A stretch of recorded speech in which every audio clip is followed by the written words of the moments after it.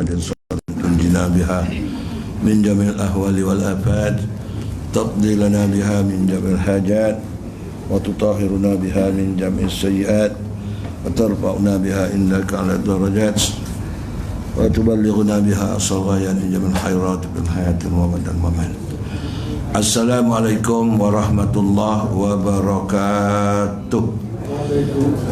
Linabil karim alihi wassabil kiram. Al-Fatihah.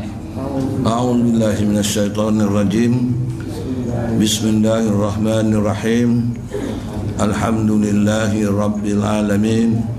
Ar-Rahmanir Rahim. Maliki yaumiddin. Iyyaka na'budu wa iyyaka nasta'in. Ihdinas siratal mustaqim. Siratal ladzina an'amta 'alaihim ghairil maghdubi 'alaihim waladdallin. Amin. Bismillahirrahmanirrahim. Alhamdulillahi rabbil alamin wa bihi nasta'in. Wassalatu wassalamu ala asrafil anbiya wal mursalin wa ala alihi wa sahbihi ajma'in. Allahumma salli ala sayyidina Muhammadin tibil qulubi wa dawaiha wa afiyatil abdan wa shifaiha wa nuril absar wa diyaiha biyaqi anzamati zatika birahmatika arhamar rahimin. Allahumma inna nas'aluka imanan da'iman wa nas'aluka qalban khashi'an wa nas'aluka dinan qayyiman wa nas'aluka yaqinan sadiqa wa nas'aluka ridhaka wal jannah wa na'udzubika min sakhatika wan nar. Allahumma hafaz qulubana wa hafaz quluba auladana wa abna'ana zurriyatana kama hafazta qulubal muttaqin waj'alna waj'alhum minas solihin. Allahumma hafazna wa hafazhum minal bala' wal waba' bi qudratikal azim la haula wala quwata illa billahil aliyil azim. Amma ba'd. Bismillahirrahmanirrahim. Tuan Imam Ali Jutaan Kuasa Surau, ibu-ibu, bapa-bapa, hadirin hadirat yang dirahmati Allah, syukur kita pada Allah Subhanahu wa taala. Mudah-mudahan kehadiran kita pada malam ini insya-Allah sikit sebanyak menambahkan pengetahuan kita kerana Allah Subhanahu wa taala.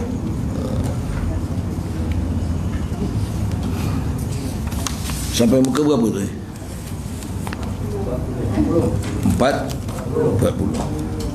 Bismillahirrahmanirrahim. Ya ke 40? Perumpamaan sembahyang. Bismillahirrahmanirrahim. Jadi kita dah masuk perenggan yang ketiga, kebesaran dan ketinggian sembahyang. Kerana sembahyang ini amalan para malaikat di langit. Dapat kita buat amalan malaikat walaupun kita tak dapat tengok malaikat, tapi amalan malaikat kita buat dapat tunjukkan depan Allah. Itu yang mana kita ni orang yang ada karamah di sisi Allah Ta'ala. Sembahyang. Betul, orang tak sembahyang ni dia rugi sangatlah. Amalan-amalan makhluk dia boleh buat, dia menyanyi, berjoget, bertumbuk, semua dia boleh buat, tapi amalan malaikat dia tak buat, rugilah dia. Kemudian lagi asal usul sembahyang kita dah tahu, iaitu amalan nabi-nabi dan rasul-rasul yang bersyukur dengan anugerah beberapa nikmat daripada Allah. Itu muka surat 38. Saya tak payah terangkan lagi lah, baca balik. Nabi Adam solat subuh 2 rakaat, Nabi Ibrahim solat zuhur 4 rakaat, Nabi Yunus solat asar 4 rakaat, Nabi Isa 3 rakaat, Nabi Musa 4 rakaat. Nabi Muhammad AS semua amalan-amalan Nabi-Nabi Rasul Allah kurniakan pada dia. Juga kita tak ketinggalan sama. Jadi ibarat kita datang kepada Allah dalam keadaan badan yang penuh berdosa, tapi di kiri kanan kita yang kita bawa ni benda yang Allah sangat sayang, benda yang Allah sangat kasih. Ibarat di kanan kita ni amalan-amalan malaikat di langit, di kiri kita ni maknanya amalan-amalan Nabi dan Rasul di bumi. Malaikat iman yang sentiasa tetap, tak turun naik.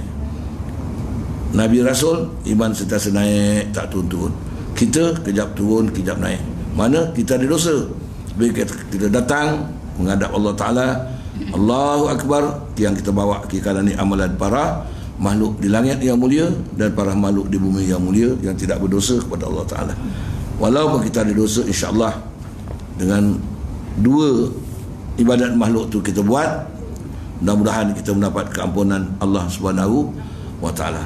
Sebab itu kita sembahyang ni malaikat menyaksikan kita. Sebab tu kalau kita Assalamualaikum ke kanan, sunat berniat memberi salam pada malaikat, jin dan manusia. Kalau gitu sembahyang kita betul-betul. Ini kita nak masuk macam mana sembahyang yang betul. Ini dia. Semua dengan para malaikat. Bismillahirrahmanirrahim. Yang ketiga, orang-orang perumpamaan sembahyang. Kan bagus belajar perumpamaan sembahyang ni macam apa. Sembahyang itu diumpamakan seperti seorang raja yang hebatlah, yang menyiapkan sebuah dewan. Kemudian beliau mengadakan majlis jamuan. Ini perumpamaan. Faham tak ni? Tidur faham tak? Perumpamaan ni macam apa cakap ni, San? Perumpamaan. Misalan. Bidalan. Misalan.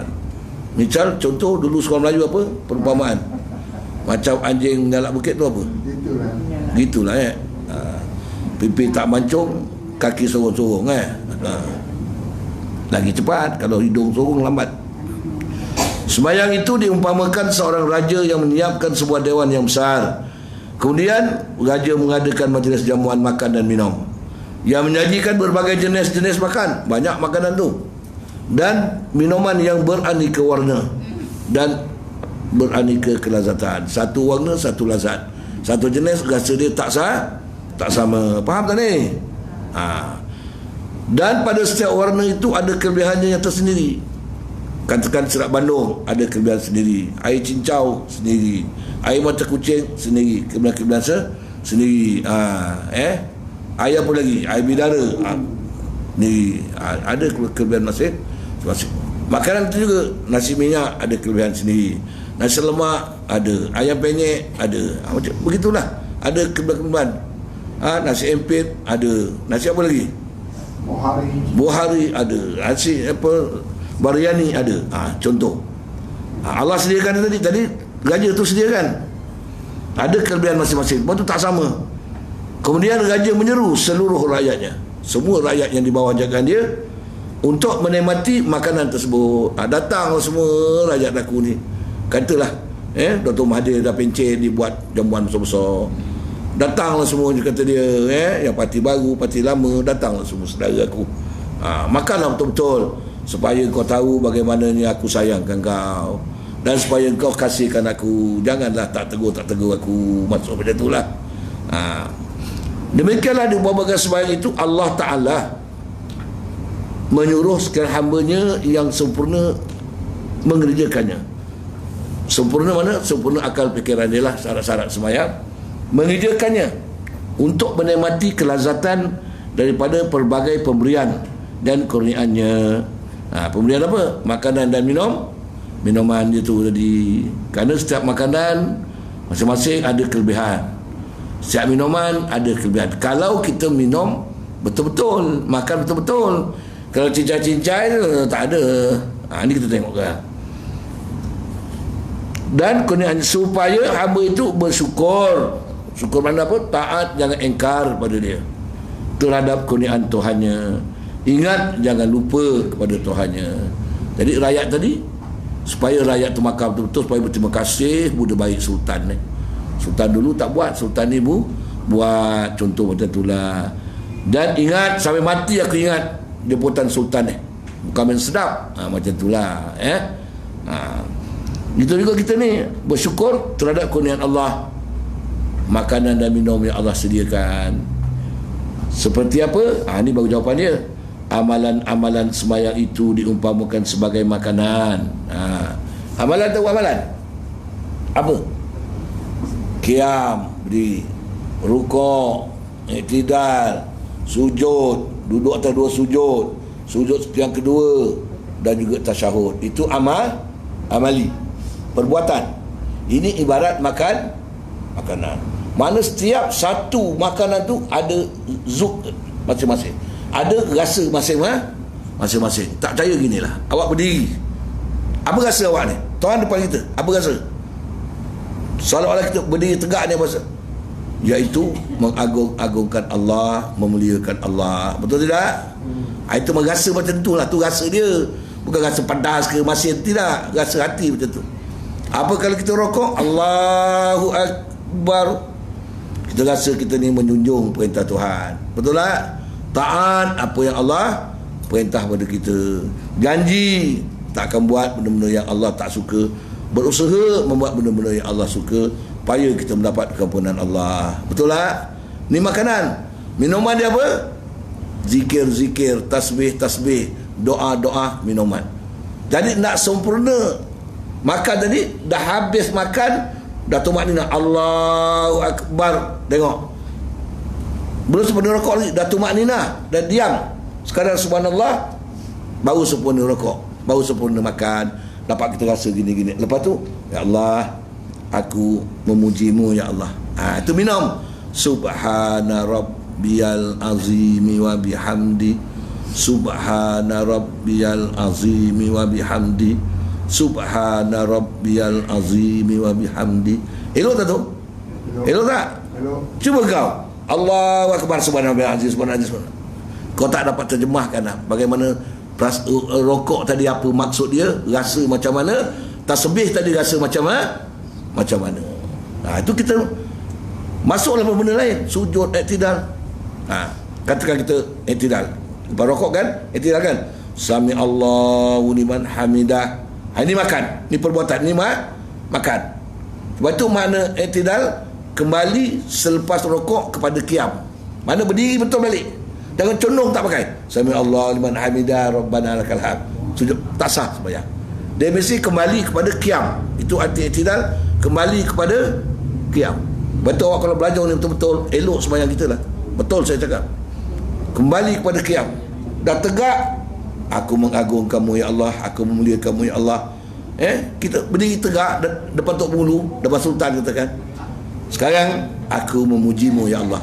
Dah tegak, dah makan habis, baru minum Rabbana lakal hamd. Sedap tak? Dapat tak rasa? Yang ini tadi Rabbana lakal hamd ni minum, berzikir, tasbih. Qiyam tadi makan. Faham tak ni? Waktu sujud, Allahu Akbar, makan. Makan apa Zan? Buhari Zan. Nasi Buhari kata Zan. Bila habis makan ni, dah tumakninah, anggota tujuh dah cukup, dah baca dulu, jangan minum dulu, dah tumakninah baru minum. Subhana rabbiyal a'la wa bihamdi. Ada tak orang makan banyak minum sekali? Ada? Jarang jumpa kan? Subhana rabbiyal a'la wa bihamdi, subhana rabbiyal a'la wa bihamdi. Aku sujud ni ya Allah, aku merendah diri padamu ya Allah, aku menghinakan diriku ya Allah, walau aku pangkat Datuk Datin Tan Sri, semua ke bawah, tahi aku lebih atas daripada aku ya Allah. Cuma tak keluar je. Kalau keluar, mana aku hina ya Allah. Sebab itu Nabi kata, sebab itu hamba Allah yang sembahyang, Nabi kata, sedekat-dekat hamba Allah dengan Tuhannya dalam sembahyang, sujudlah. Sebab masa tu kita paling hina. Apabila kita paling hina, kita rasa kita hina dengan Allah, itulah Allah dekat dengan kita, kita dekat dengan Allah. Sebab orang yang menghinakan diri pada Allah tak ada sifat takabur. Faham? Besok kalau kita tengok apa kesan sembahyang yang macam ni, kita jadi apa hidup kita. Ini ada nanti. Faham tidak? Jadi kita dah, kemudian apa tu, lepas sujud apa? Duduk antara dua sujud. Allahu Akbar, macam duduk tu. Makan. Nasi apa dia pula? Nasi empit. Makan betul-betul. Kenyang dah kenyang, seolah-olah kita berkata, lazat di nasi empit ni, ya Allah ya Tuhanku, sekarang aku rindu padamu ya Allah. Taraguban dulu, dah belajar dulu. Taraguban, duduk ni melambangkan taraguban. Mana syuh, suka, redha, rindu, dendam. Macam kau belajar dengan aku ni, kau 9 kau tak Malaysia, kau duduk ni, jadi perasaan kau sedap, belajar, suka. Faham tak? Kau tak lari. Mana rindu dendam, duduk dendam. Masa itulah kita minum. Faham? Dah makan dah, faham maksud kita makan tadi, baru kita minum. Rabbighfirli warhamni wajburni warzuqni warfa'ni wahdini wa'afini wa'fu anni. Allahu Akbar. Makan balik. Dalam makan ni minta, ya Allah, tunaikanlah doa-doa aku dalam duduk antara dua sujud. 8 perkara ni kita minta dengan Allah dalam sembahyang. Kurniaan Tuhan, beri kita peluang. Waktu kau paling hina dengan aku, waktu inilah aku letakkan doa. Bacalah sampai 88 ni. Ini baca 3. Allah Akbar, Nabi pilih wahan wajibur ni. Allah Akbar. Macam mana? Lepas tu Nabi tegah. Nabi kata, janganlah kamu sujud seperti ayam patuk jagung. Tahu? Ada tak nampak orang sembahyang? Allah Akbar. Apa tak dapat? Inilah maknanya perumpamaan sembahyang ni tadi. Kalau kita baca sikit lagi, cuba kita tengok. Katakan kita minum macam ni. Panas tak ni? Tak panas. Takut katakan kita rokok Allahu Akbar. Dah sempurna kan? Kita baca Subhana Rabbiyal Azimi wa bihamdi. Subhana Rabbiyal Azimi wa bihamdi. Subhana Rabbiyal Azimi wa bihamdi. Engkau buat Kau tak minum rasa suka kan? Bukan ni aku buat ni, bukan amalan kau. Tapi malaikat tengok kita buat amalan dia. Allahu Akbar.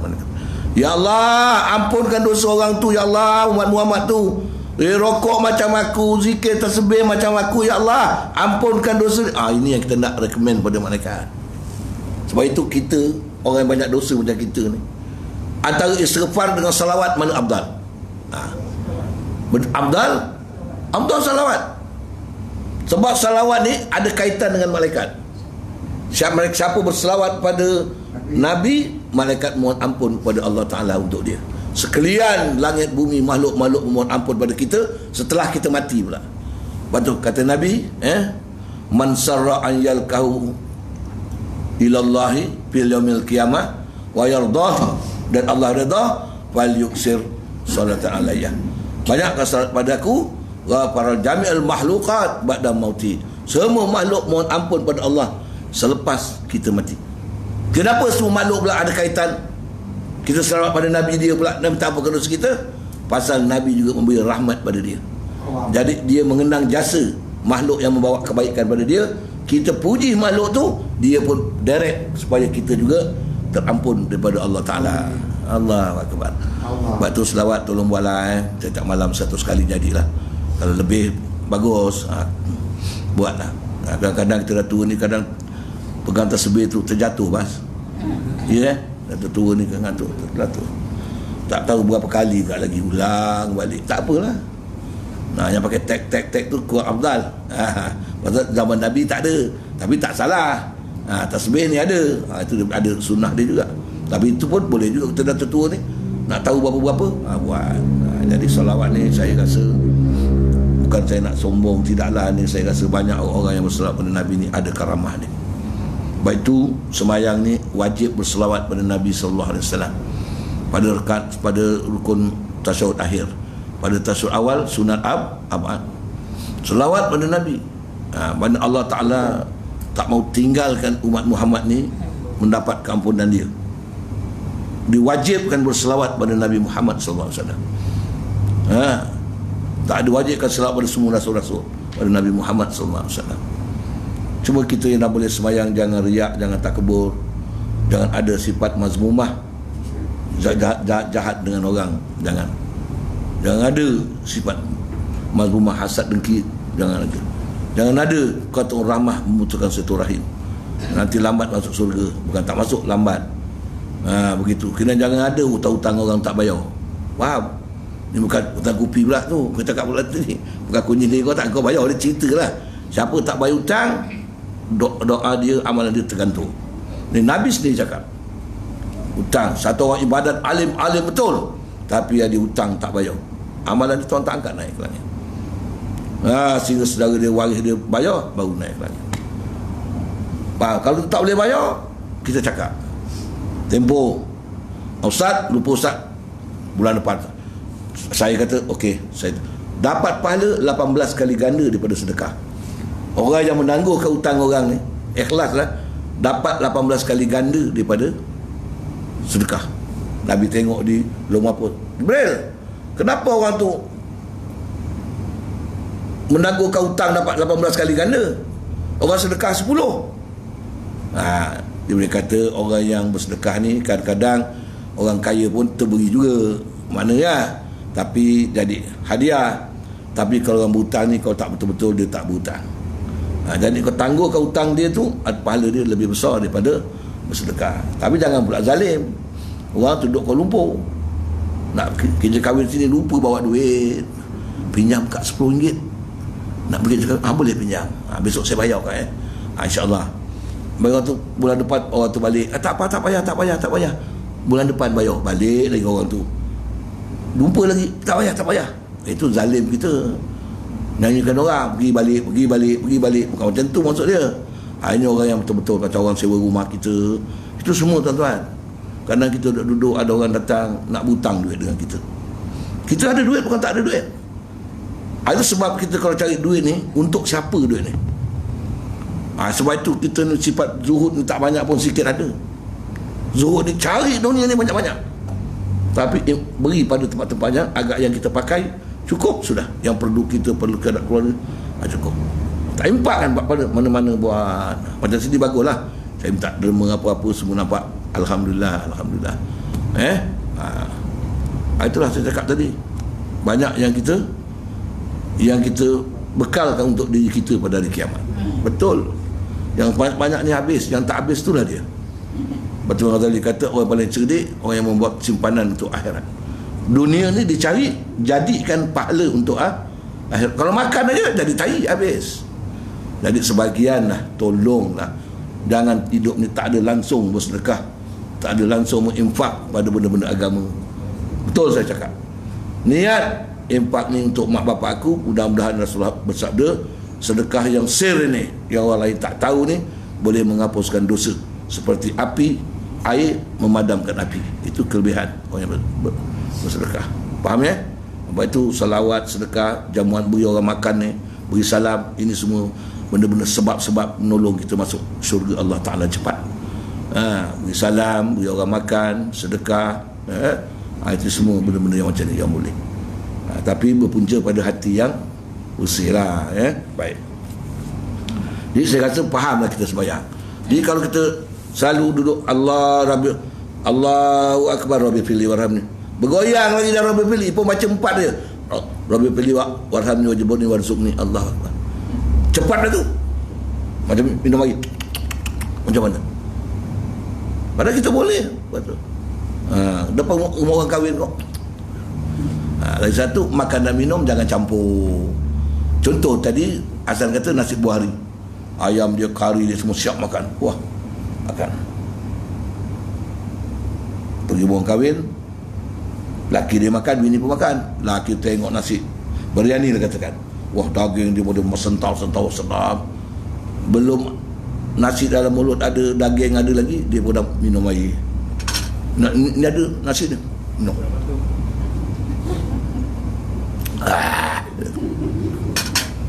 Sampai habis. Lepas tu bini dia pula minum. Habis makan biryani dah rasa daging dia macam mana, kuah dia macam mana, rempah Haji Senan ni macam mana sedap dia gini-gini. Dah pagi baru dia ambil air sirap dia minum.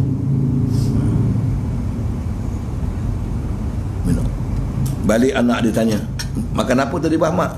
Si biryani lah, sedap betul. Macam mana sedap nasi dia bah? Entahlah nak, aku nak rasa sedap betul tu tak tahulah. Pasal dalam mulut aku ada daging lagi, ada kuah lagi nasi, aku sambal sirap Bandung. Jadi dah daging biryani, nasi biryani, rasa sirap Bandung. Habis apa makan tak? Makan. Tapi tak dapat luahkan dengan anak kita betapa sedapnya. Betul tak?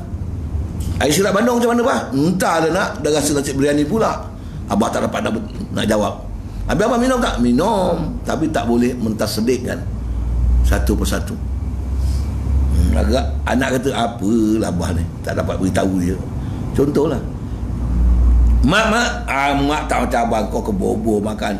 Abang kau tak pandang kiri kanan, pengantin depan dia boleh tak nampak, sungkal dia. Mak tak, dah habis nasi dah makan semua, rasa daging ni lembut begini-gini, beras dia gini-gini. Dah basuh tangan siap, baru mak minum air sirap Bandung. Macam rasa sirap mak lekat apa, rasa garam sikit, rasa mana kau-kau. Wah, mak kalau lah apa tu, Pak Haji tu buat lagi jemputan lagi, memang tak jemput mak datang. Pasal sedap makanan dia. Bapak kau tadi, alah aku tak payah jemput datang, tak jemput pun tak payah datang. Pasal dia tak rasa sejuk, tak rasa sedap. Macam sembahyang kita je, kalau rasa sedap, sembahyang rokok dengan Allah, cakap macam ni, duduk cakap macam ni, zikir kita rasa ya Allah ingin nak sembahyang lagi. Nunggu-nunggu waktu yang akan datang. Betul lah. Macam kau berendut dulu, jumpa sekali kan sedap, nyengok.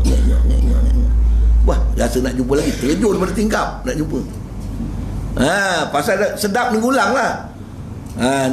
Faham? Nak berpisah, bye-bye. Masa tu tak ada handphone, tak ada, bye-bye. Ini sembahyang nak berpisah dengan Allah yang sedap tadi, buat ba'diyah. Betul tak? Orang ni kalau dia tak buat ba'diyah, memang dia tak dapat rasa sembahyang lah. Tak dapat rasa kemanisan sembahyang. Ini ulama jamin, bukan aku. Saya dulu pergi muda tak pernah buat.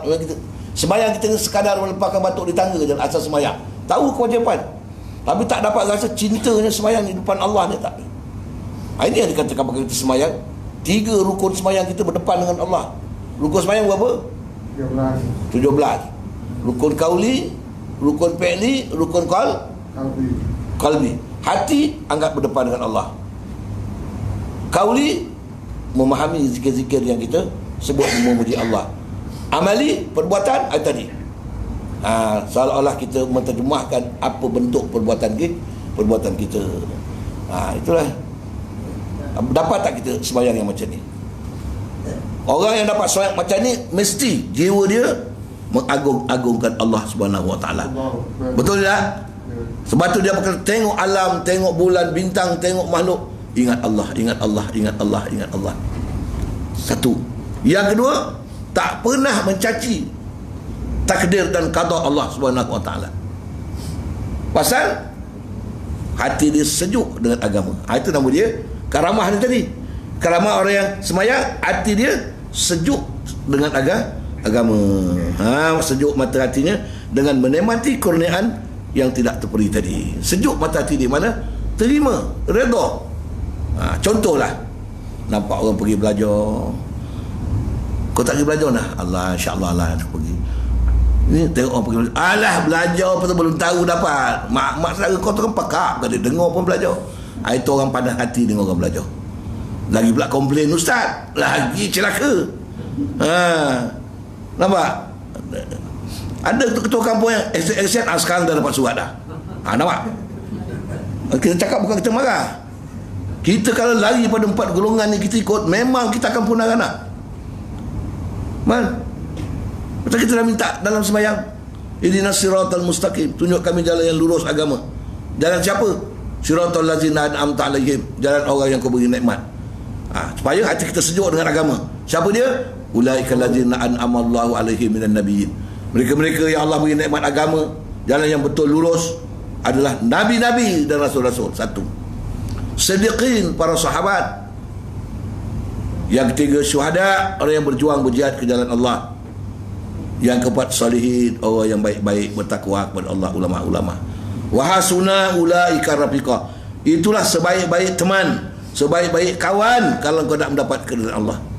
Yang kau pergi ikut lingkup apa pasal? Itu politik punya hal lah. Tapi orang yang beragama ni, yang rajin belajar, dia dapat bimbingan Allah Subhanahu Wa Taala.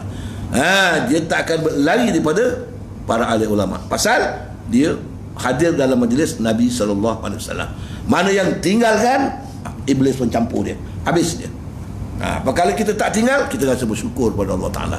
Ini yang kita nak. Macam ni. Itu yang Allah kata, sejuk hati kita dengan agama. Walaupun kita ada buat maksiat, tapi kita tak pernah marah orang sembahyang. Orang sembahyang. Nabi sallallahu alaihi wasallam bagaimana sejuk dengan agama. Satu masa Nabi nampak pelacur. Rasulullah pelacur. Nabi kata, ahli neraka Rasulullah, ahli neraka. Nabi kata, ahli syurga, kata Nabi. Nampak sejukkan hati dia, ahli syurga, ahli syurga. Tiba-tiba satu masa nampak orang pelacur tu tadi jalan-jalan balik pada kerja jahat tu. nampak anjing terjelir lidah, haus, tak nak makan air, nak minum air. Dia turun dekat kolam dengan sandal dia, ambil air, dapat air, gigit kasut tu, tangan naik ke atas, beri di gos air. Dia orang pun cerita dengan Nabi. Itulah kata Nabi, ahli syurga dia, ahli syurga dia tu, dengan sebab dia menghormati, menyayangi hamba Allah Subhanahu Wa Taala. Walaupun dalam keadaan jahat, tapi dia tahu yang dia buat tu kerja yang Allah suruh. Yang ikhlas itu boleh memberi keampunan kepada kita. Itu sebab jangan pandang orang. Dan saya nampak benda sejuk hati dengan agama.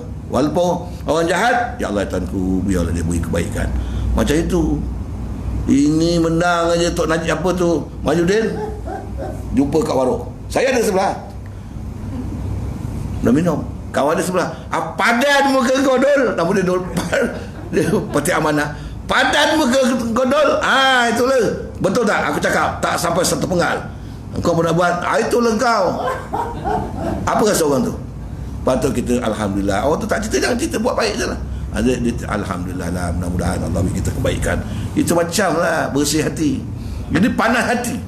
Itu kerja agama tu. Allah yang mengqadakkan, bukan kita. Betul tak? Kan kita sembahyang subuh, ajaiman baca Allahumma hadina fi man hadait wa afina fi man afait, sampai ujung wa tawallana fi man tawalla. Mula amin amin amin amin amin sampai fa'ina kata keti, semua baca. Betul tak? Fa'inna kata keti, ya Allah, so engkau lah yang mengqadakkan segala urusan alam ni. Masuklah kita sekarang ada kat sini. Allah yang qadakkan. Atuk tu mana ada atuk? Nampak? Dah tua-tua macam itu, boleh belajar lagi. Allah qadakkan dia. Ni kena marah. Dia tua, duduk rumah je menyebut.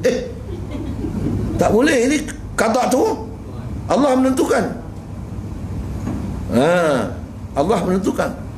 Itu sebab wala yuqda alaik, tak ada seorang pun makhluk boleh mengatur urusan kamu. Kalah turun UMNO PAS PKR semua sekali ni kerja siapa? Kerja Allah. Sebab tu aku sayang Dr. Mahathir. Kalau jumpa dia aku nak cium-cium pun tak apa. Pasal walaupun dia macam tu ni, hikmah kita tak tahu. Jalan-jalan dia gini, akhirnya orang Islam dapat satu. Betul tak? Yeah. Orang kafir dapat tunduk kepada rasa dia punya kehebatan dia, angkuh dia mungkin tak hilang pun, tersembam lah sikit. Jadi jangan marah-marah sangat. Kita tahu kadang dia cakap keluar masuk macam budak-budak, macam pasar, macam politik pasar. Saya kata kau ni apa benda dia? Makan je lah dan diam je lah, tengok je. Ini ada cakap macam tu. Allahu Akbar. Orang tua tu disusahkan, Allah panjangkan umur dia. Saya ingat ada sekali Dr. Mahathir cakap, dia kata apa? Saya akan cuba menyatukan orang-orang Melayu dan Islam di Malaysia. Saya dengar, saya ingat sampai sekarang, tapi dah dekat mana ucapan tu. Saya akan berusaha sedaya upaya untuk menyatukan orang Melayu dan Islam di negara kita. Itu cakap saya memang ingat betul cakap, tapi bila saya dah lupa. Jadi walhasil kita diam je lah. Kita anggap benda ni beri kebaikan pada kita bersama, insya-Allah. Kerana kita orang sembahyang. Jadi sejuk hati tengok benda-benda yang Allah qadakkan ni, sejuk hati. Tahu sejuk hati? Tak melenting lah. Yang paling jelas kau pergi Nori berdua. Pergi Nyawit. Azan asar bunyi. Bang, dah asar bang. Insya-Allah nah kita balik. Itu sejuk hati dalam agama. Walaupun tak boleh buat kita sembahyang, tapi terima. Bang, dah azan bang, balik. Kau tak nampak sawit macam banyak, habis sebat orang ke. Siapa orang nak sembahyang pun, kau nak balik lah. Nampak? Laki bini dah porak beranda. Agak batu orang yang sejuk hati dengan agama ni, akhirat dia akan sejuk, tempat yang sejuk. Yang panas hati dengan agama, kalau tak tobat, akhirat tempat yang panas. Tengok ayat Quran apa? Waliman khafa maqama rabbi jannatan. Bagi orang yang takut pada Tuhannya. Ada sifat takut tadi, dah faham tadi, baru takut. Akan dikurniakan 2 syurga. Syurga yang pertama ialah yang disegerakan di dunia ini. Maknanya rasa sejuk mata hati apabila syahdu dengan Tuhannya. Allahu Akbar. Nampak kehebatan Allah. Walaupun tak nampak zat Allah, nampak bulan, bintang, nampak benda yang berlaku, ribut, petir, kita rasa sejuk hati. Ini semua kerja Allah. Tak ada masalah. Lepas itu tak bergaduh kita ni tuan-tuan. Tak bergaduh. Ini nak cakap, kalau jumpa dia, siap dah pun. Entah dia betul-betul. Gila dia kerja ni. Kalau aku jumpa dia betul-betul, aku nak minta maaf lah. Macam tu lah gitu. Aku nak ajak dia pergi surau, pergi belajar. Dulu dia dah meninggalkan kelas, sekarang dah settle lah. Macam tu lah kita. Ini jaga dia. Aku memang tunggu nak jumpa dia. Amboi kau main. Ni kan. Allah, kata Allah dia tak tahu. Langgar motor, kojol pula kadang. Dia main-main. Jangan, itu nama sifat tak bagus. Baik, dan surga yang kedua ialah di akhirat nanti. Jadi kalau mana siapa yang sejuk hati jannatul ajilah tadi, sejuk hati dengan agama, benda-benda agama lah. Nampak orang pakai purdah, alhamdulillah. Dia mana marah. Badan orang bukan lagu luri kan bau tahu. Dia masuk pagi tak terpasal. Apa kau nak marah dia pakai ni pasal lah. Sebab kita dia berlaku. Tuan tahu tak? Tapi aku tahulah tak, kawan baik. Umur 83 tahun. Bawa kereta. Duit pun ada.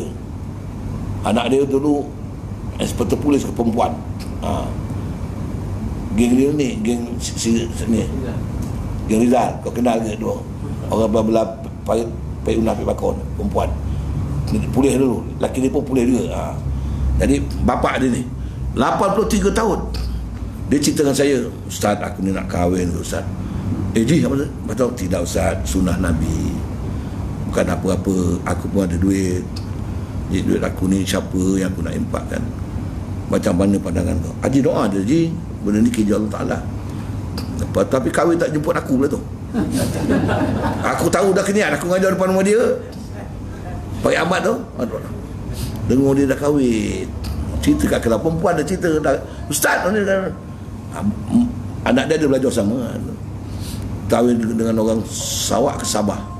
Orang tu orang gaji anak dia, nampak jodoh orang. 32 tahun. Kamu muda tu. Dia 83.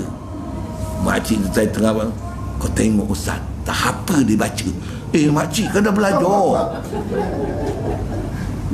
Kalau jodoh dengan makcik pun makcik tak boleh cakap makcik. Mungkin ada hikmah dia tahu orang miskin tu doa pada Allah. Tak? Jodoh kelakuan Allah dengan orang yang berada begini-begini. Orang tu mati dia dapat rezeki dia tak? Ataupun orang tu ni dapat pahala sebelum dia mati, meninggalkan isteri yang salihah. Ini janganlah gitu. Betul tak? Macam aku ni kahwin orang pakai Haji Baki tu. Anak dara 16 tahun. Macam aku tahu kau aku cakap. Marah Ustaz Sulaiman tu. Kau hendak Ustaz Sulaiman ni. Entahlah mak, aku nampak dia cakap sedap aja. Kerana tu tak pasal aku nampak dia macam muda je. Nak kahwin mengambus dari sini. Anak pun mengambus. Tak balik-balik. Dah berdosa dengan mak dia. Betul-betul. Sekali 4 tahun balik. Akak suruh balik. Bawa anak 2 tahun, 3 tahun, 4 tahun. Pasal dah jauh dengan mak bapak, beranak je lah kerja dia. Hari raya pula bawa ayam 3 ekor dalam plastik putih, lagi jauh dah nampak. Daging 5 kilo bawa. Assalamualaikum. Mak betul boleh dengar. Dia nampak tu betul. Tapi kalau dia tengok cucu dia, macam mana? Cucu batuk nampak. Kita dah tak mana. Naik. Dan naik tu sedih hati dia. Ajak mak naik, apa naik? Cuma tu, naik. Akak ipar kita kata, mak kata tak suka ajak dia naik. Bila aku ajak naik, kan anak dia yang ajak. Tapi dia yang suruh. Perempuan lah. Dia pun masuk bilik, bukan buat air mata mengalir. Itu air mata kasih. Begitulah kita dengan Allah SWT tu. Kita datang kepada Allah Ta'ala dalam keadaan berdosa. Walaupun mak kita benci, mak kita tak macam Tuhan. Allah tak pernah benci pada makhluk dia. Macam-macam dosa kita datang pula bawa benda yang kiri kanan ni. Amalan malaikat, amalan Rasul dan Nabi. Allahu Akbar. Itu sebab boleh sejuk hati. Mak kita macam tu, sejuk kita pun sejuk hati. Mak kita dan ibu kita. Betul tak? Tapi kau tak jumpa benda apa harga qada, pemberian Allah. Habis perumpamaan semayang. Dan kalau itu mulai sekarang cuba usaha makan dan minum, amali dan zikir-zikir jangan campur. Faham ya? Dah habis betul macam takbir Allahu Akbar, berhenti tu apa tu, sakta sekejap baru baca Allahu Akbar kabirah. Allahu Akbar kabirah. Jangan. Ada pula Allahu Akbar kabirah walhamdulillah. Ada juga. Jadi baca dan letak tu betul letak. sakta, bukan tu maknanya sakta sekejap. Allahu akbaru kabira. Bismillah jangan baca. Bismillah ayat Fatihah. Kalau kita dah terbaca bismillah, faham? Allahu akbar, tak payah baca lagi. Terus baca Al-Fatihah. Kan orang salib atau maghrib sasar kata ada Allahu akbar, bismillahirrahmanirrahim. Allah dah terlepas, terus baca alhamdulillahirabbil alamin. Faham ya? Menghormati Al-Fatihah. Habis kalau baca juga Ustaz, sah juga, bukan tak sah, tapi makruh. Itu saja. Baik. Pindah yang ketiga, yang keempat. Ini. Orang yang nak mengerjakan sembahyang mesti mengerjakan 12 perkara. 12 perkara. Setengah ulama mengatakan sembahyang itu terhimpun padanya 12,000 perkara. 12,000 perkara. Kemudian yang 12,000 itu disimpan pada 12 perkara yang ini. Jadi contoh tadi, satu ilmu. Dalam ilmu ni ada 1,000 kelebihan. Ada 1,000 kelebihan. Yang kita tak tahu, yang kita tahu sikit aja, dapat tahu ini gini. Tapi kelebihan orang yang berilmu ni Allah sebut hal yastawil ladzi ya'lamun wal ladzina la ya'lamun. Adakah sama orang yang berilmu dengan tak ada ilmu? Orang berilmu ada 12,000 macam kita. Berilmu tak awak? Ada ilmu. Ni apa? Lampu, satu perkara. Ini apa? Mikrofon, dua perkara. Ni siapa? Tak Sulaiman. Warna apa? Ini apa? Telinga. Banyak perkara. Tapi diimpunkan 12,000 tadi disimpan pada 12 perkara. Mana satu perkara 1,000.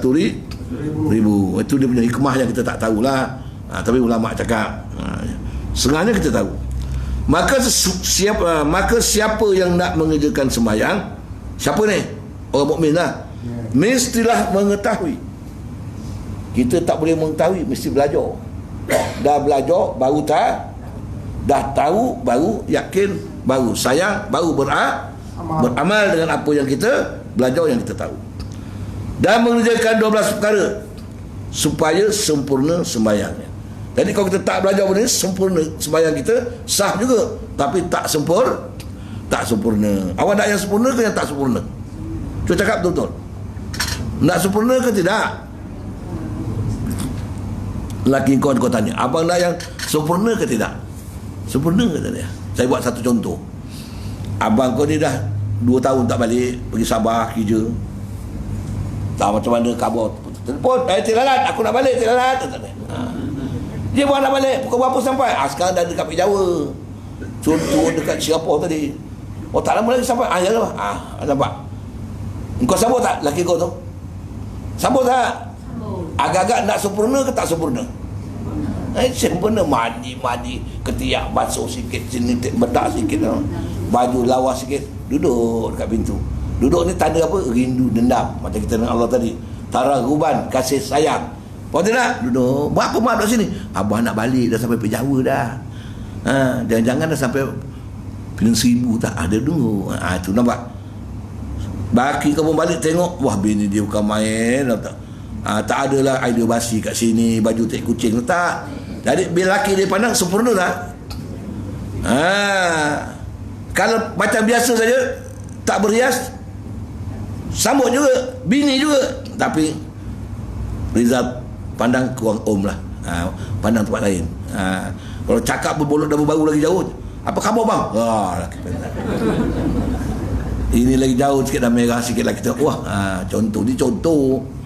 Ni cakap, bini ustaz pun tak gitu juga, cakap je lah. Jadi begitulah, supaya sempurna keadaan tu. Lebih lagi dengan Allah Ta'ala. Kalau kita sembahyang rokok condong, lepas ke bawah, sah juga.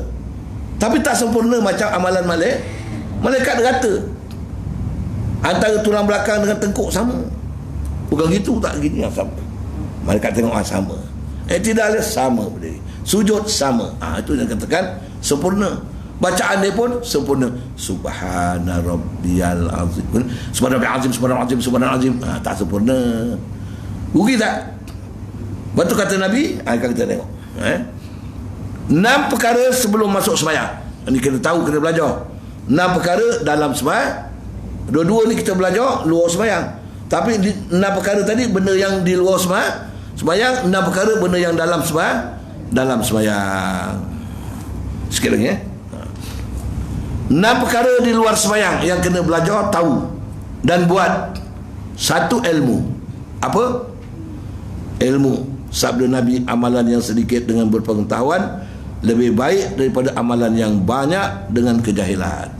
Contoh tadilah, kita tak ada ilmu, tahu buat rokok dia tak ada ilmu, tapi rokok tahu tak? Tiba condong atau macam kapal terbang naik pula, itu sah, tapi tak sempurna. Asal rokok ni tangan sampai dekat lutut, kepala tunduk ke bawah, ke mulut, tapi makruh. Yang sempurna tegak. Itu saja. Baru kita dah belajar, rupanya tegak. Betul kata Nabi, amalan yang sedikit dengan ilmu lebih baik pada amalan yang dengan amalan yang banyak dengan keadaan bodoh, keadaan jahil.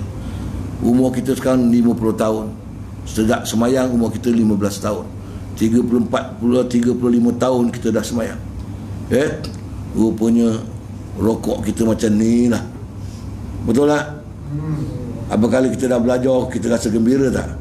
Dan rasa bersalah di depan Allah. Kita minta ampun tak? Ya Allah, ampunkan aku. Ya Allah, kau terimalah amalan aku. Ini maksud amalan yang sedikit. Dia pun belajar betul rokok, 3 bulan langgar basikal, mati. Amalan yang 3 bulan ni tadi lebih baik pada amalan yang 35 tahun. Bab rokok ni tadilah, bab rokok. Sebab dia mohon ampun pada Allah sebelum dia mati. Kemudian dia tunjukkan yang betul dengan ilmu yang Allah wajibkan dia belajar mendapat pahala tadi. Dengan sebab itu Allah ampunkan dosa-dosa yang lalu. Kerana menghina diri, mengendah diri kepada Allah sanggup menerima yang betul. Ini nama sejuk hati. Sikit pun tak boleh. Itu panas hati. Itu panas tanya orang sah tak sah. Gini, ngata pula orang iktidal, pegang buah lah, pegang apa, tangan ke depan. Ada orang cakap macam tu. Padahal bukan pegang pun, ngada ke depan je. Ustaz tengah jauh cakap lagi tu gini. Yang ada tangan pula lepih dekat peha. Tak sempurna. Itu iktidal. Goyang-goyang. Sikit pun tak. Cuba buka kitab. Rokok rendah, sah tak sah? Sah, tapi makruh ni makna kalau boleh jangan buat. Kalau kita buat walaupun tak berdosa tapi rugi. Kalau kita tak buat dapat pahala. Itu yang makruh. Buat yang betul-betul, yang wajib, yang sunat. Buat dapat pahala, tak buat rugi. Buat betul-betul. Macam Subhanallah Aziz itu sunat. Tak baca pun sibuk no, benda sunat sibuk no. Tuhan tak marah. Mana kau tahu Tuhan tak marah? Asal benda sunat ni kau pelekehkan, Tuhan marah lah. Dia kata tak marah. Faham? Awak dah semayang dah untung. Buat dia. Dah tunai tu dah untung. Orang tak semayang dia tak marah. Kita bukan marah, kita nasihatkan. Kita semayang fardu ni kalau tak buat yang sunat, belum untung lagi lah. Fardu ni modal. Tahu Rizal? Ni Zal, aku beri kau 2,000 buat modal ayam penyet. Modal. Kemudian kau tak kerti niaga, ambil duit tu habis tak? Kalau niaga untung. Untung tu yang sunat tu untung dia tu. Yang gajin-gajin dengan modal yang 2,000 tu kita gajin, boleh buat ni buat itu, boleh untung. Itu juga kita ba'diyah ni boleh menutup amalan yang kurang dalam sembahyang fardu. Sebab tu kadang-kadang kita nak cakap tu orang tak belajar. Itu sebab kita kadang-kadang tuan-tuan, waktu satu orang dia sembahyang tekun gini, kalau dikira dari akhirat amalan dia sama banyak.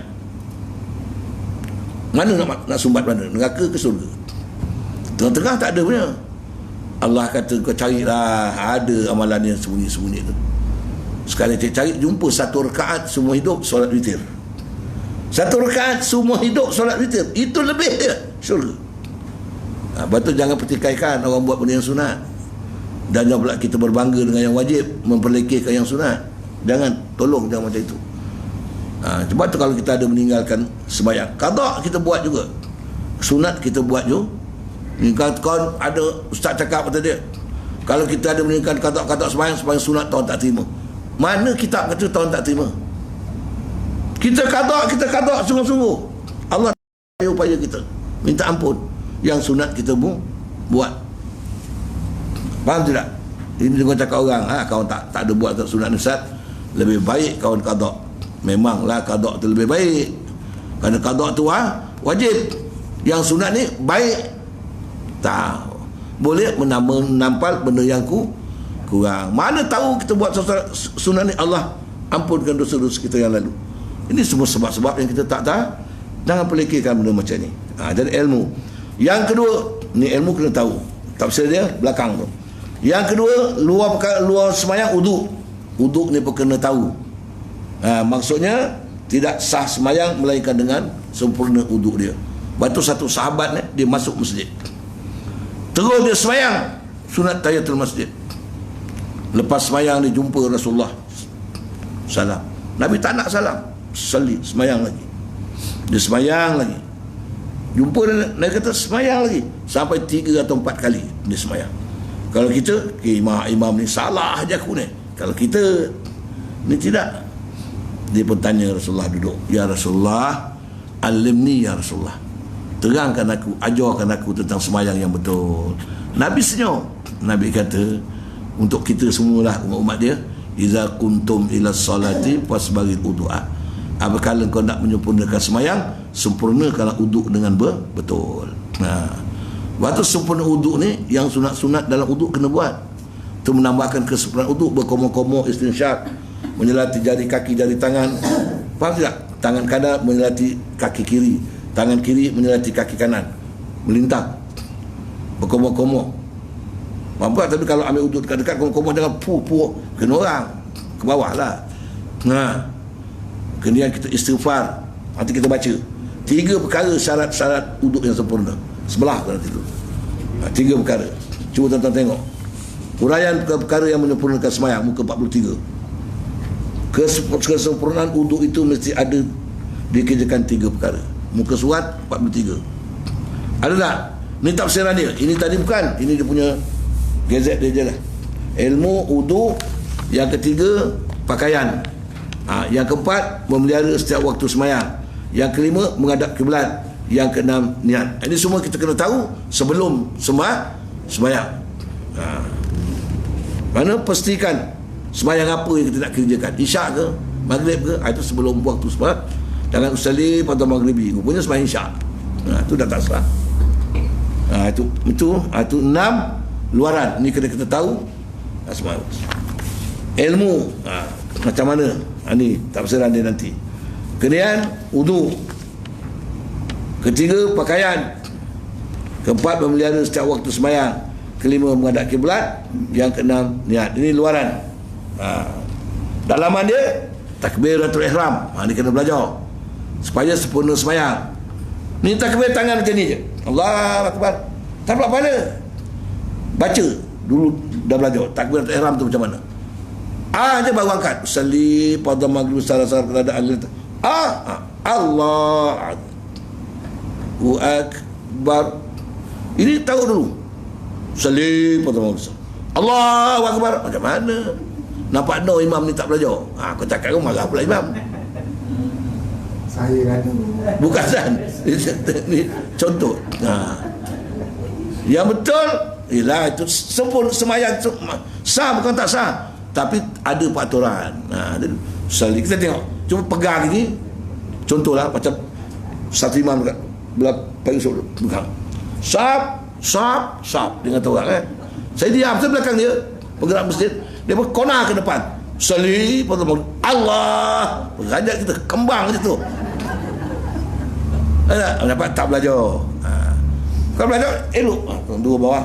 Salli Allahu akbar. Nampak? Baru baca Allah. Kalau yang ada pula Allahu akbar. Yang ada Allah. Ada jumpa juga. Orang hentak lagi. Allah. Ni takbir ketek, yang ada takbir tetek. Allah sampai sini je. Allah. Yang betul naik gini. Contoh je lah gini. Perempuan gini. Jadi lagi ni bukan nak kira nak tengok betul-betul. Tengok tak payah. Agak-agak je lah. Ni tentang ni. Begitulah. Ini Allah akbar gini. Allah akbar. Macam mana? Dia mesti gini. Tadi kita ambil yang 6 dulu.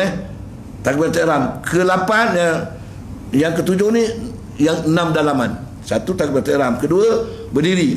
Berdiri ni pun tak betul. Tadi kalau kita iktidal tak kembali pada berdiri, tak sah sembahyang. Faham tak? Berdiri, macam apa maksud berdiri, ada tafsiran dia. Ketiga, membaca Quran. Jangan kita baca Bismillahirrahmanirrahim, Alhamdulillahirabbil alamin, maliki yaumiddin. Macam mana nak baca tu? Ada sukun pun tak ada. Betul-betul macam imam baca Alhamdulillahirabbil alamin. Ni Alhamdulillahirabbil alamin, Arrahmanirrahim, maliki yaumiddin. Amin. Allahumma. Yang ada saya cerita tu, imam sangat pun terus ke baca. Iyyaka na'budu wa iyyaka nasta'in. Sirat. Kita mubarakah lah. Padahal boleh berhentikan sana, angkat tangan pelan-pelan, ulang balik. Dia tak tahu lah, dia tak boleh, dia tak tahu. Allahu Akbar. Ada engkau begitu kan kadang. Ya kena. Kau ingat boleh. Itu besok yang dalaman dia membaca Quran. Masuklah zikir-zikir tasbih. Subhanallah, subhanallah, subhanallah, subhanallah. Betul-betul subhana rabbiyal azim wa bihamdi. Yang keempat rukuk. Tadi rukuk yang jangan ke bawah, jangan ke atas, turun tumakninah baru minum. Kelima, sujud 2 kali. Sujud 2 kali. Mana semua ada tumakninah. Sujud pertama duduk antara 2 sujud. Sujud ada tumakninah. Ke-12 duduk tasyahud akhir. Ini yang dalaman kena belajar. Kena tahu, kena belajar. Jadi dah pukul apa ni? Dah pukul 8 lah belum? Aku ni nak tengok menantu balik. Tadi lambat dia baru beranak. Lambai dalam kereta tadi. Ayalah abah ayah nak ngajar. Menantu beranak, menantu. Dia menantu ada 3. Menantu membantu, menantu hantu. Faham tak? Menantu kutu. Tengoklah menantu masing-masing. Menantu kutu dia gigit kita je. Hantu datang balik, datang menakut kita. Habislah pinggan aku diangkat dekat habis. Itu menantu hantu. Membantu tak? Dia jauh lah, bawa apa-apa. Mak duduk mak. Saya balik sekali, mak duduk biar saya masak. Ini menantu membantu. Ini masak apa mak? Mak masak memang sedap mak. Daripada ngapu mak betul dia. Masak nasi lemak mak. Udang tu nanti kopek pula kulit dia. Kau main perintah, kau tampar ke kepala dia. Dia menantu 3-4 ni tak sama lah. Tapi alhamdulillah lah, menantu juga terima lah. Mudah-mudahan. Jangan cakap orang, kita jumpa lah anak-anak, kita redha lah qada Allah Ta'ala. Tapi nasihatkan dia. Itu nasihatkan dia. Jadi insyaAllah tuan-tuan kita ambil tafsir 1 je ni, ilmu. Dan 2 lah kita ambil. Ilmu itu ada 3 bahagian. Ni luar, iaitu naklah yang sembahyang itu tahu yang mana fardu, yang mana sunat dalam sembahyang. Kau tahu tak? Fatihah tu wajib fardu ke sunat? Surah sunat. Allahu Akbar kabira sunat. Tayat awal sunat apa? Sunat juga lah. Selawat atas Nabi dalam tasyahud awal sunat apa? Selawat atas Nabi dalam tasyahud akhir fardu, rukun. Macam itulah. Kerana sembahyang itu tidak sah melainkan diketahui kafiatnya. Kafiat ni cara sembahyang.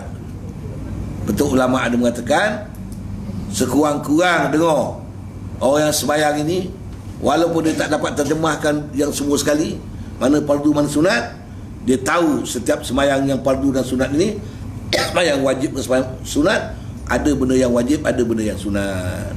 Faham tidak? Itu pun sudah boleh sah sembahyang dia. Faham tidak? Kalau tak ada, banyak datuk nenek kita yang tak tahu, tanyalah. Baca Allahumma salli kama sallaita ala Ibrahim, apa hukum tu? Entah. Doa iftitah pun tak tahu. Doa iftitah tu apa hukum? Apa doa iftitah? Atau aku dulu. Allah akan kabirah. Ya kabirah aku dah ngapal lama dah. Tapi doa iftitah dia tak tahu. Baca surat Ikhlas, apa hukum tu? Dia tahu. Sunat. Apa surat Ikhlas? Kalau awak tu, itu aku dah selalu baca setiap malam sebelum tidur. Itu orang tua dulu. Kadang kita tak tahu mana wajib, mana sunat. Kurang-kurang kita tahu dalam sembahyang ni mesti ada perkara wajib, mesti ada perkara yang sunat. Yang wajib kalau tak buat tak sah sembahyang kita. Yang sunat kalau tak buat sembahyang kita sah tapi tak sempurna. Faham tidak? Ingat baik. Yang kedua, mengetahui yang mana fardu dan yang mana sunat pada wudu. Nampak? Itu ilmu ke tu? Yang mana sunat, mana, kerana yang itu adalah syarat sah wudu. Tahu yang pada fardu mana syarat sah wudu. Basuh tangan, rukun wudu berapa? Niat dan membasuh muka, satu. Kedua, basuh kedua tangan. Ketiga, kepala, menyapu kepala. Keempat, basuh dua kaki. Kelima, tertib. Habis. Tertib, tahu tertib? Kau nampak tertib tu? Tertib tu mana berturut tu? Turut. Mualat tu sunat. Mualat tahu? Mualat ni mana kita berturut-turut tu sebelum air tu kering. Kalau kau ambil uduk, kau ambil Jawa, basuh muka. Ambil bakar, basuh tangan. Itu tak ada mualat. Selagi tak ketut, sah. Sampai sini baru basuh kaki, sah. Tapi tak ada mualat. Mualat tu sunat. Mualat tu wajib. Mualat tu fikir apa tu? Mualat. Faham baik? Faham? Jadi diketahui yang mana fardu dan sunat tahu. Basuh muka wajib, basuh tangan wajib. Tangan kiri dulu makruh, tangan kanan dulu sunat. Kepala apa? Menyapu ke membasuh kepala? Sapu. Rambut ni kepala, sini tengkuk, yang ada sapu sini. Tak, kepala. Sapu ni jangan ketuk. Ada jangan tak? Mengetuk kepala, ada tak? Apa pasal kau ketuk? Itu kena belajar, itu ilmu lah tadi. Yang ada pula. Ini ngeruk, ambil uduk. Ngeruk. Sapu, letak jalan, itu sapu. Itu sapu. Telinga, basuh ke sapu? Membasuh. Dia pula nyapu pula telinga. Ini nyapu. Ini semua tak ada ilmu. Bercakap kawan marah. Ini tak ada ilmu. Basuh adah tu terakhir. Makna dari telunjuk ni masuk lubang ni. Ini belakang. Kita naik ke telunjuk ni pula dalam ni pula. Ni belatas punya bilik atas pula ni. Ni bilik bawah. Ni bilik atas. Ini basuh. Ini baru gini. Baru basuh. Kira yang sunat baru ni. Menyapu. Itu selepas 3 kali. Jadi dapatlah pahala sunat. Kau tak buat je tapi tak sempurna. Kau dah gini, yang ada pula. Aku tengok tadi perempuan yang banyak macam tu lah. Aku kendap kapal raja tengok. Duduk. Bini aku pun dulu gitu. Dah jahat tu. Ini ustazah apa gitu. Alah, ustaz pun itu kan. Yang ada sini je. Abiol jatuh tutup. Yang ada pula sayang ni cocang ni. Boleh. Itu di luar kepala. Itu menyapu rambut, bukan menyapu kepala. Sebab itu kalau botak pun tak ada rambut kena sapu. Faham tak? Botak sapu. Kalau menyapu rambut orang botak tak payah sapu kepala. Botak macam orang tahlul haji umrah, walaupun dia botak dia kena lalukan pisau atas dia. Lalu jangan gini, terbelah pula kepala. Lalu gini, macam cukur. Ini kena faham lah. Allah. Itu yang bertengkar saya. Ustaz dengan dia kata tidak, ustaz tu ngajar betul lah, kau tak betul. Dan sunat memotong rambut ni tahlul aras seluas jari. Panjang lah. Dan harus di ujung rambut. Jadi dia perempuan dia fikir ujung rambut yang bawah ni. Kita menengok tajuk atas. Wajib kita bertahlul rambut di dalam had kepala. Itu tajuk besar. Rambut dalam had kepala. Rambut dah keluar had kepala tak boleh potong sini. Faham tak? Sama itu juga menyapu kepala. Bukan menyapu rambut. Kalau tidak senang ambil sapu. Oh, tak ada. Ini ilmu tadi. Yang ketiga, naklah mengetahui tipu daya syaitan supaya dapat dijauhi. Macam ajaran macam auzubillah, kalau itu kita baca sajalah, mudah-mudahan jauh daripada gangguan syaitan. Ni pandai tuan-tuan. Lagi kita orang alim, lagi macam-macam. Tak percaya. Beg duit hilang. Lepas sembahyang, tak ingat beg duit ni, dah hilang semalam.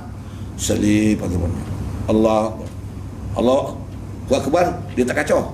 Tak Fatihah pun dia kacau. Yang wajib, alhamdulillah.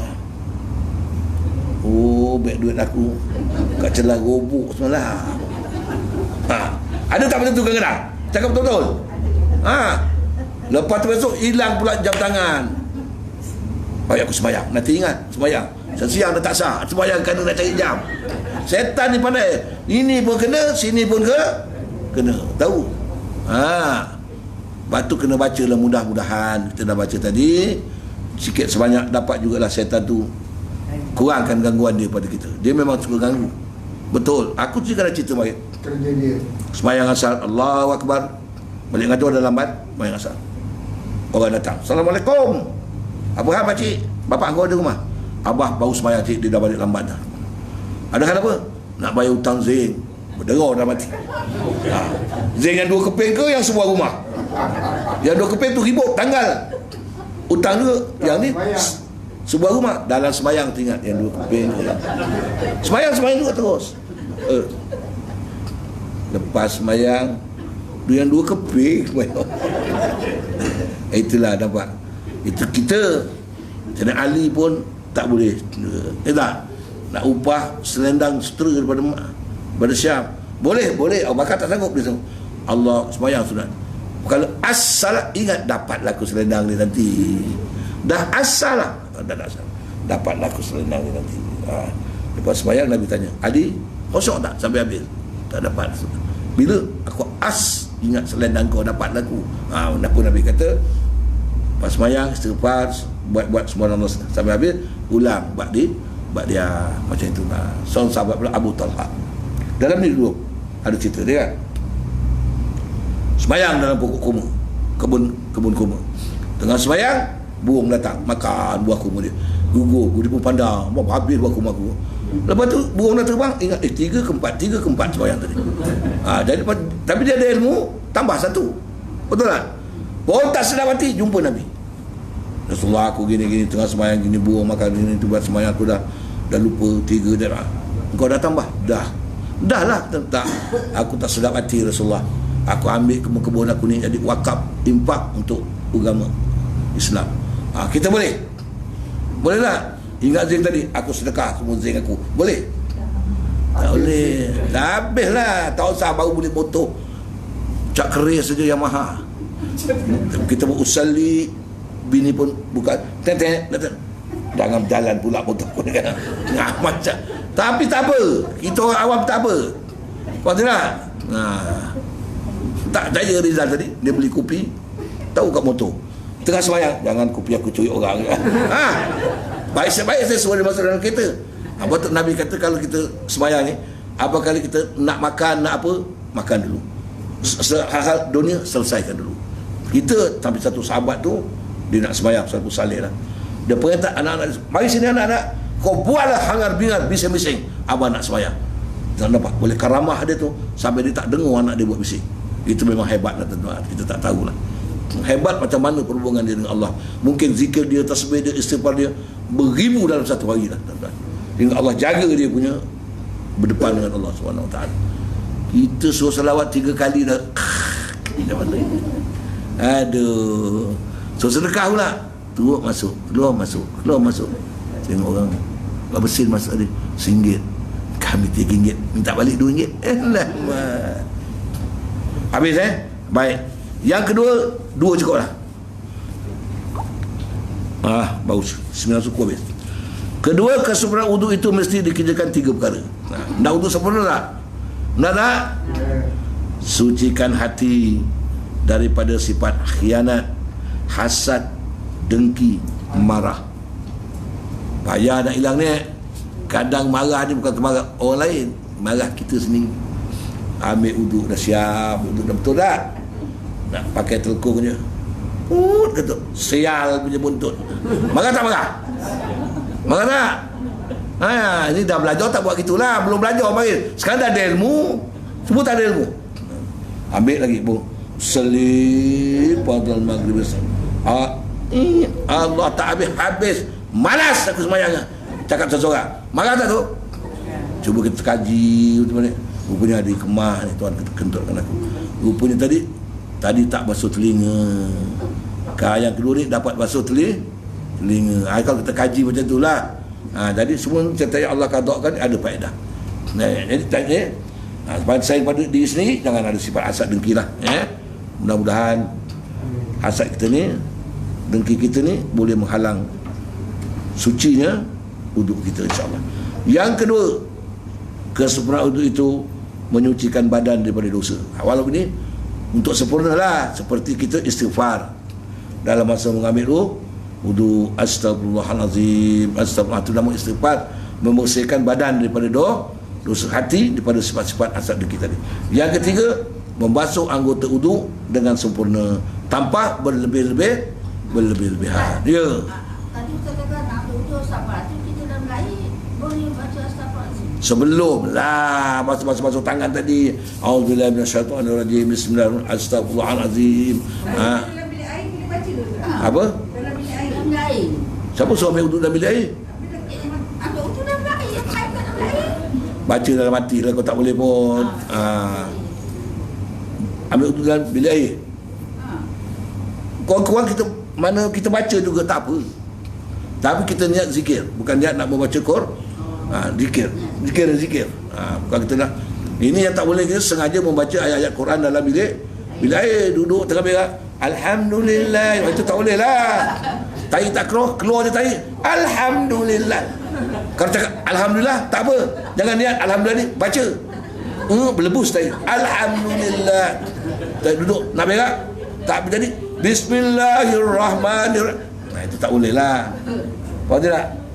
Tapi kalau kita niat zikir, nak duduk tadi, Bismillahirrahmanirrahim, itu tak ada masalah, zikir. Jangan kita niat membaca. Macam kita ada handphone, ada ayat Quran tak? Kalau kau bawa masuk jamban, berdosa. Itu ayat Quran yang tertulis. Tapi kalau kau padam, kau bawa handphone. Kalau buka, kau bawa ayat kertas Al-Quran. Itu kena pandai. Jadi dua. Tadi membasuh anggota wuduk dengan sempurna tanpa berlebihan. Dan kirikan basuh jam ni lah pula ni nak. Bisa seorang bila air jam ni dah tangan tu basuh ketiak sekali. Ini dah berlebihan. Di sini sikit saja. Gurah takjil sikit saja. Yang lebih. Wallahu a'lam. Cukup sampai sini.